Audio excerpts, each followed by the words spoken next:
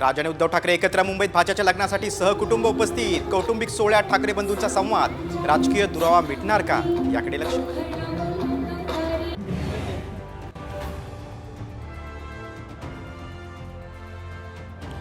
बीड प्रकरणात लक्ष घाला. शरद पवारांचा मुख्यमंत्री देवेंद्र फडणवीसांना फोन. साहित्य संमेलन आणि भीमथडी जत्रेत येण्याचंही निमंत्रण.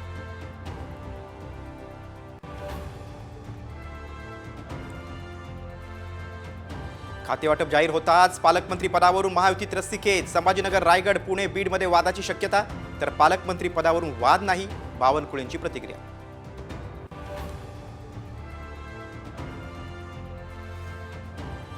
नोंदणीकृत धान उत्पादक शेतकऱ्यांसाठी मुख्यमंत्र्यांची मोठी घोषणा. धान उत्पादकांसाठी प्रति हेक्टर देणार 20,000 बोनस.